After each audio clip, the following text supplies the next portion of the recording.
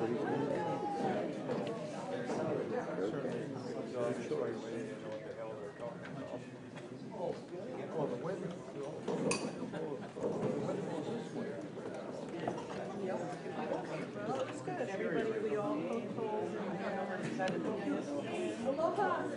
Aloha.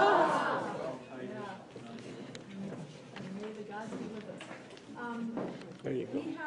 I'm Bridget Hammerquist, and I was elected to head up this effort, Friends of Mahalapu, which is a group of concerned citizens from all over the island that want to preserve our beautiful valley and protect it in perpetuity, keep it in a safe way, whatever's in there, that it doesn't destroy the environment, all the beautiful birds and animals and plant species that are in there. That's really what we're all about. And first and foremost, we know our water is in there, comes from there, and needs all of our protection. So Mr. Enright has been very gracious to come meet with us in answer to our letter, and he said he considers this a fact-finding mission. He has graciously shared with me that his flight is the last flight tonight. He said he never leaves the Garden Island any sooner than he has to. I've committed to Bridget. I will be back several times if necessary and work with you on this situation. So thank you all. I'm Felicia Cowden, and when I first heard about the dairy, because another hat that I wear is all into agriculture and local food production, I was honestly really excited about it. I thought, yay, here's another really good opportunity for us to have more food here. I started getting some calls of people concerned. I thought, all right, I'll look at it, bringing it in. And the more I looked at it, that turned to some worries, and I feel like the research that has been done on it is very thorough, very shocking, and I'm used to looking through things to find the holes and the flaws in the arguments, and they're pretty profound what's there, and I haven't really been able to get the dairy to give me any kind of information that refutes those challenges. I have asked them onto the show. I've reached a number of times. They've said yes, but they have never come.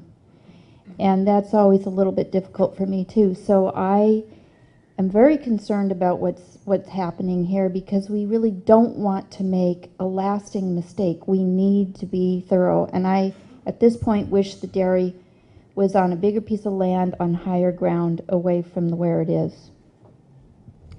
My name is Judy Rayshap. I share everyone's concerns, the current concerns that have already been mentioned.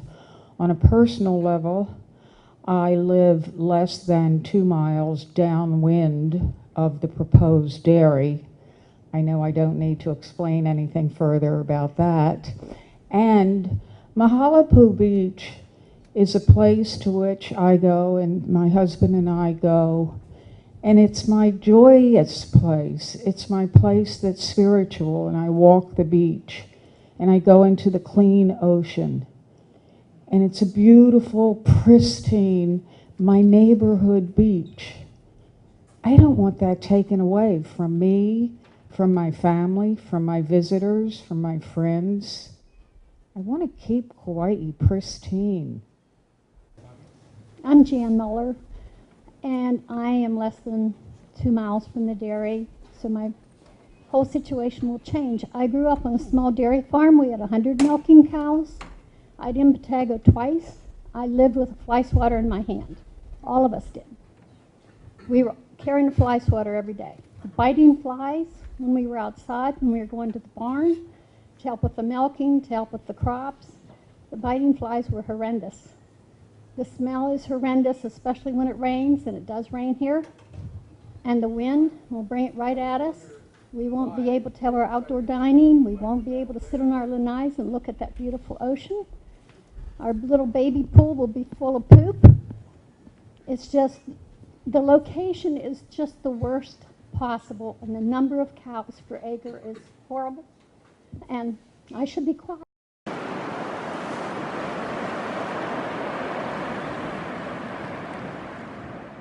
My name is Carl Berg. I'm with Surfrider Foundation. I'm a ecologist and look at watershed management and how it affects the streams and rivers, and then how it affects the oceans. Surfrider got involved with this issue day one. The first day, the dairy farm spoke up at the community college, and they talked about all these cattle. All of my Surfrider members said, we better go out there and see what the water quality is like before the cattle get in, so that we can say, hey, look, you've had some effect. So we went out, and it's amazing, but it's been 2 years. But our first sampling was March 7th, 2 years ago.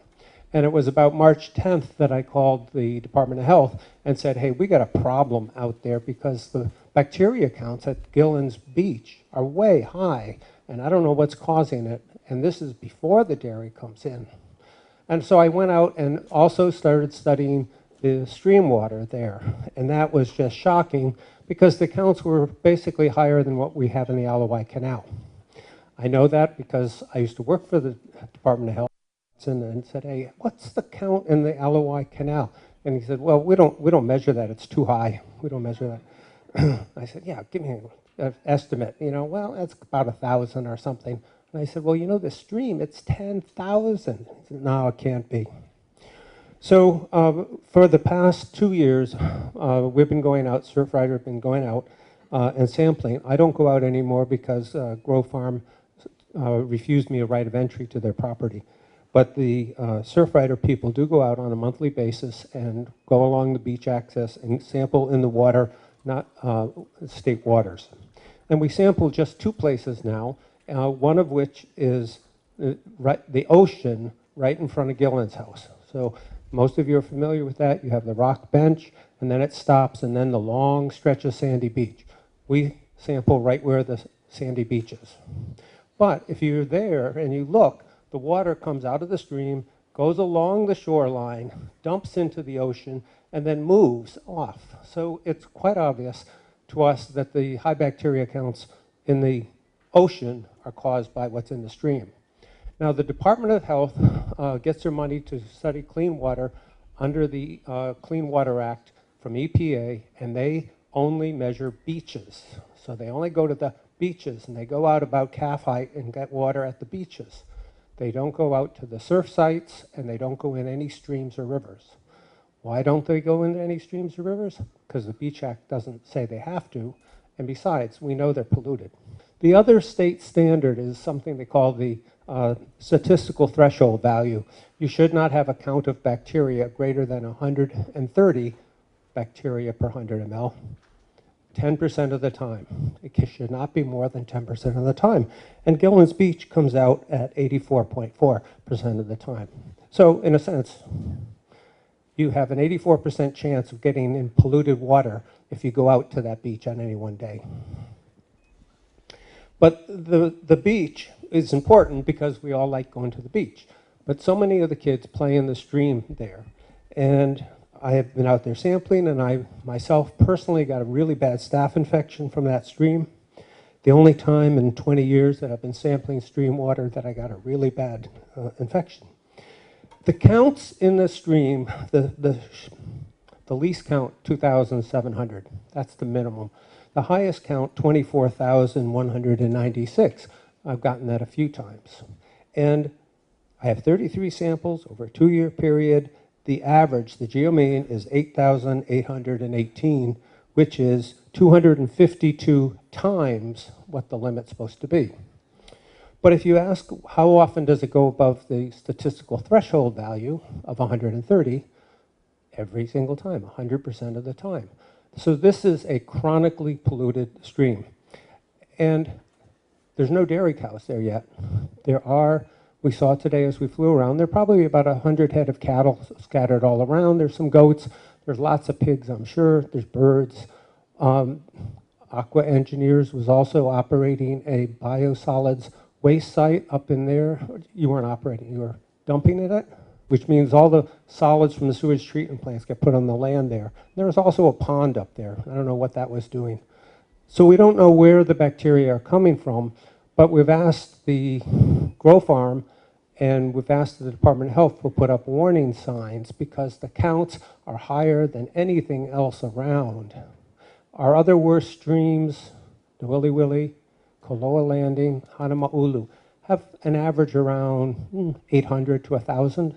This is averaging 8,800. So they failed to do that, but they have gone on and done a study of trying to find out why the counts are so high. If you look at any of their data, they only measure up to 2005. They don't measure above that, which is strange because that's below our lowest level. So that they don't have any quantitative data telling us how bad it really is. And for 2 years, I've been bugging them, and I've asked the governor specifically if they would please release the data that they're getting and tell us why it's so bad. So very quickly, I'm really concerned that you don't put any waste from 2,000 cows in a stream that is already probably the most polluted stream in the state next to the LOI Canal. You've got to clean that up first, figure out what's causing it, clean it up. And then I just can't imagine any way that the wastes of 2,000 cattle, the urine and the feces, that will not percolate into the very well, but will just run off into the ditches and streams right in the middle of that area. They're just going to pollute that stream, which is state waters. And that's just going to come out onto the reef bench in front of Gillen's house and right down the beach. And so from simply a water quality issue, and not talking about drinking water and the wells out there, but just the environmental conditions, Surfrider cannot approve that as a site for a dairy farm. We really wish that they would move someplace far away from any running waters.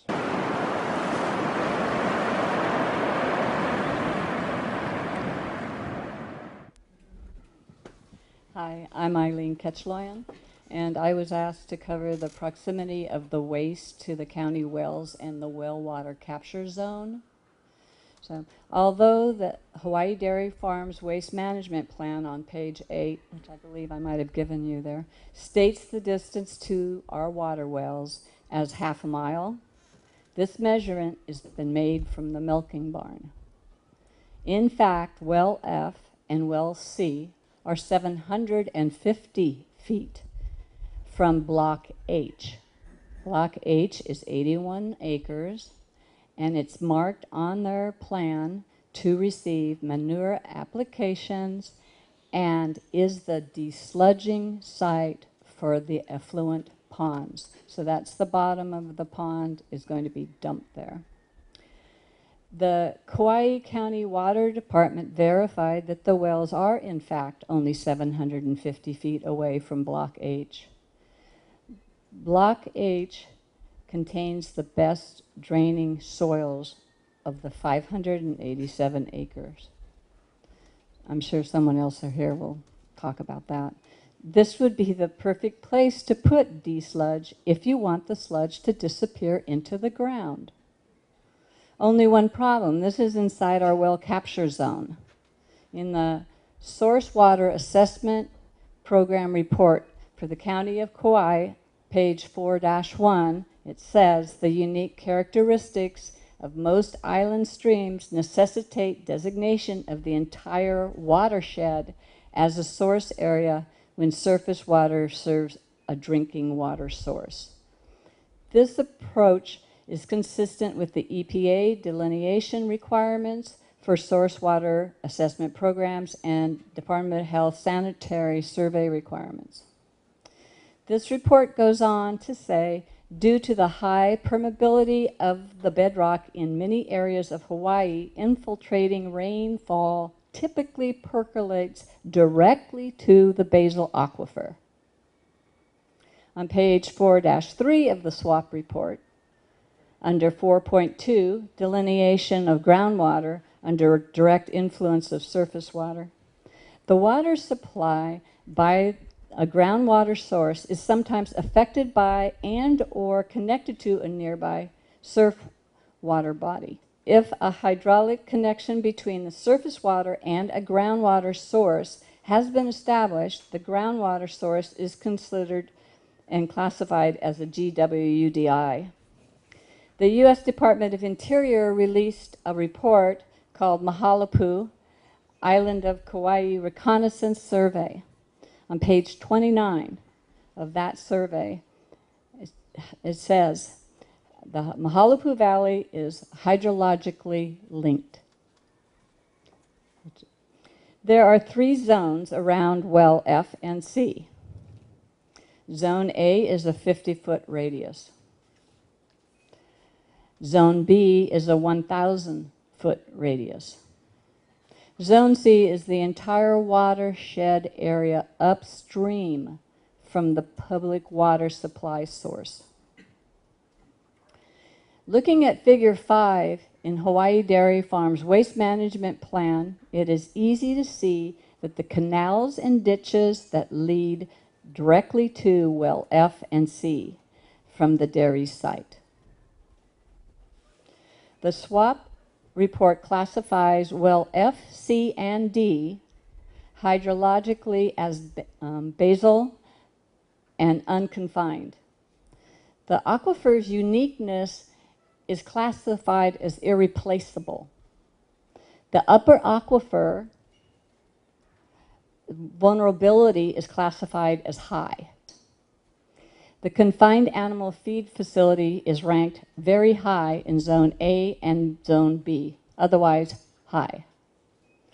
HDF plan on page 54 states, if a cataclysmic storm was forecast, the time to empty the storage pond is around 96 hours.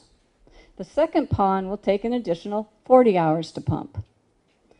It would take a forecast of 6 days prior to a storm event to have both ponds empty.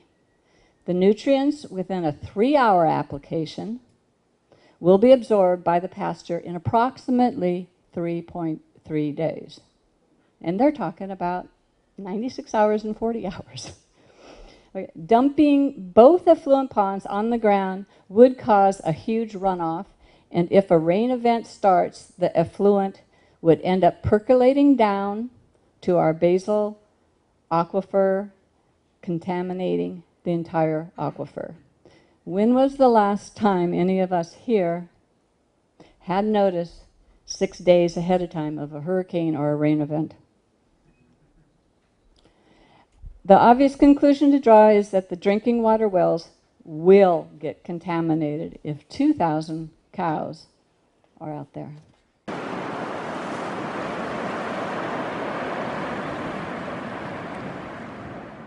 I'm going to talk a little bit, I'm not going to talk specifically about the soils and the hydrology there. I haven't really looked at it in enough detail, certainly not to get a report like that, but I do know that hydrologically, these islands, I'm talking about all the islands, are very uniform. I mean, the lava rocks just pile up and they're highly porous and permeable and fractured.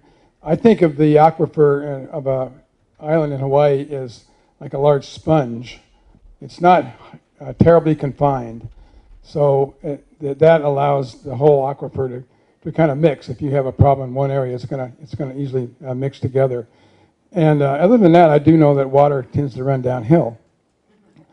So that's what we're looking at there. There's a slope from the area of the proposed dairy farm to the coastline, and the coastline is quite sensitive to those actions.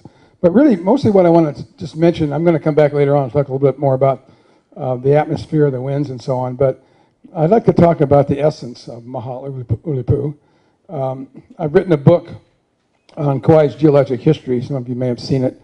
And in that book, I list 3 areas that I consider to be really special. I mean, the whole island's special, as we all know, but specifically, I've taken time to investigate and research 3 areas. One of them is Napali Coast, which is one of our gyms.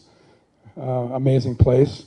Another is Waimea Canyon, which we all know is a major attraction. Everybody wants to see that.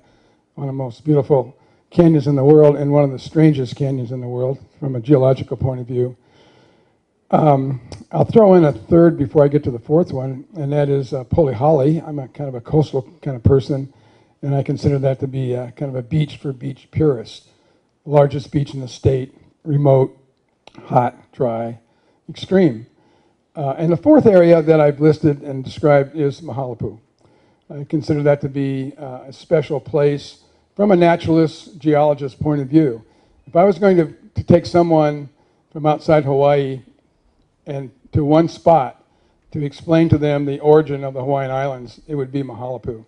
It has the longest time range in terms of history from some of the oldest lava rocks in Hawaii to some of the youngest, ranging from over 5 million to less than 150,000 years. So tremendous history there, and just in terms of the geologic evolution of these islands. There are sand dunes down there that have been piling up for the last 400,000 years, and I'll talk more about those in a little while in terms of the winds that cause them to pile up. And of course, we know a lot about the contemporary archaeological, anthropological history of that area. So if you're looking at an area with an interesting continuum of time, Mahalapu would be the single spot in the entire state. So just for that, I mean, doesn't mean you can't put things there or build things there, but it's one of the last amazing places that we have on this island that's basically relatively undeveloped. It's not a state park, it should be. And any of you who I know have spent time there know what I'm talking about. There are very few places, as the lady over here explained a few minutes ago, that gives you that sense of feeling that you're really in a special place.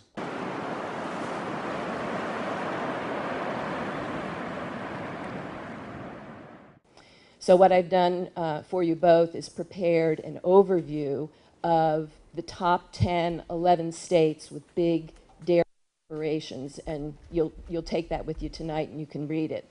But the important thing is that I took a look at the states with the largest concentration of dairies based on the number of cows.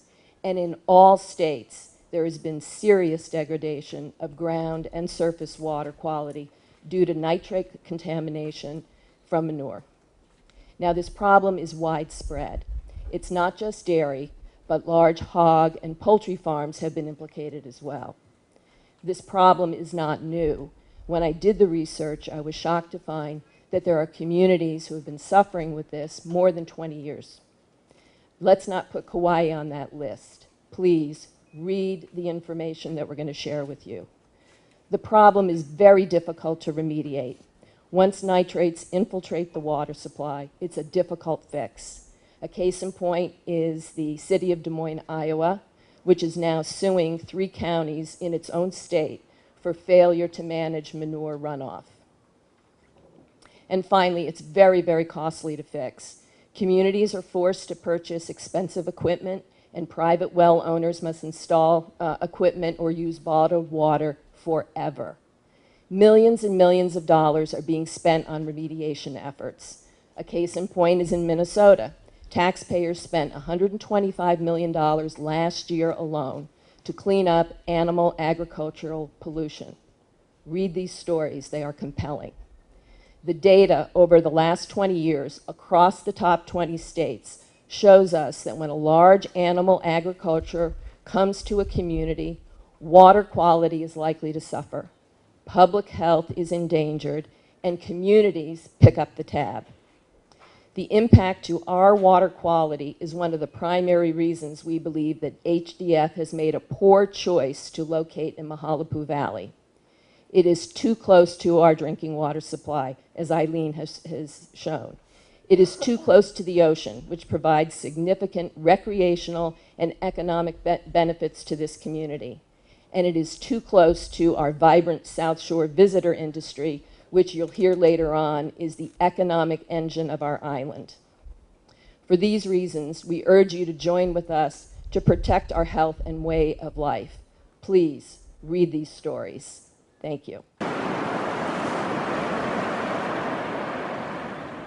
You know, I used to body surf at shipwrecks before Hyatt was over there. And, you know, before a lot of that, the coastline and the subdivisions that are here today were there. And so, you know, I've always valued that coastline. And I've lived here in the county. You know, I've worked for the sugar companies in the past. I've spent time here. So I knew what that coastline looked like, and I knew what the valley looked like, and I've looked at it on enough maps, enough planning instruments for agriculture. Growing up with Carl, you know, when we got up and with Chuck, and, you know, they're sharing their perspective, and then we go up and look at it. You look at it in a different way. And, you know, as an Aggie, I'm usually looking for agricultural development now too.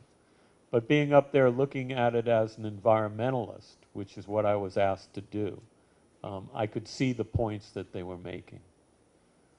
So, again, you know, what's being asked of me by the governor, by your governor and my governor, is scientific inquiry. And I'll do just that, because that's my charge.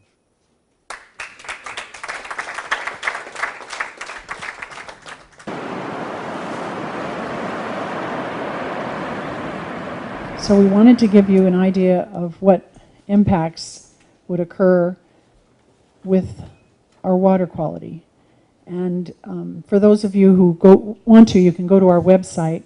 We also have reports from the Independent Parliamentary Commissioner for the Environment in New Zealand, who describes nearly 60% of New Zealand's water as being not potable from water degradation.